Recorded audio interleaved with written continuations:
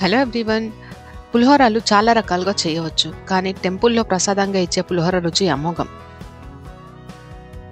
మరి రుచికరంగా టెంపుల్ స్టైల్లో పులిహోర ఎలా చేయాలో చూసేద్దాం. ఫుడ్ స్టోరీకి స్వాగతం. 2 కప్స్ రైస్ని తీసుకుని శుభ్రంగా కడిగి అందులో 2 డ్రాప్స్ ఆయిల్ వేసి లిడ్ క్లోజ్ చేయండి. ఇలా ఆయిల్ వేయడం వలన అన్నం పొడి పొడిగా ఉంటుంది. ఇప్పుడు పెద్ద సైజు నిమ్మకాయంత చింతపండుని తీసుకుని శుభ్రంగా కడిగి చింతపండు మునిగేంత వరకు వాటర్ని యాడ్ చేసి నానబెట్టాలి.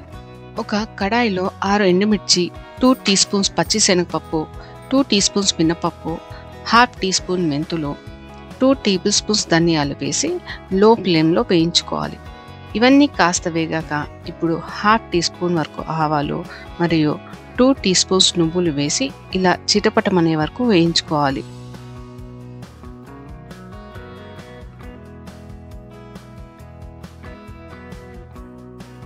ఈ మిశ్రమాన్ని చల్లారాక జార్లో ట్రాన్స్ఫర్ చేసి ఇలా మెత్తగా మిక్సీ పట్టండి.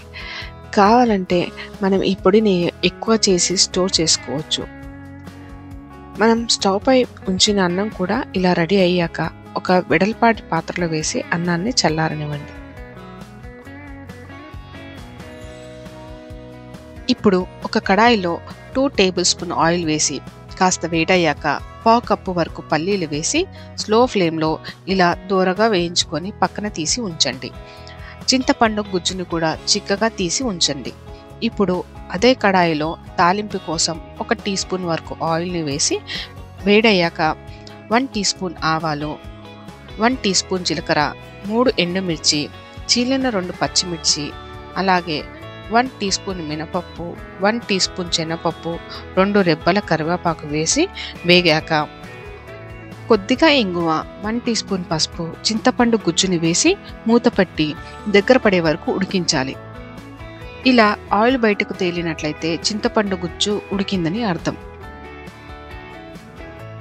చల్లార్చిన అన్నంలో చింతపండు గుజ్జు, అలాగే మిక్సీ పట్టి ఉంచిన మిశ్రమం, వేయించిన పల్లీలు, రుచికి సరిపడ్డ ఉప్పు వేసి బాగా కలపాలి.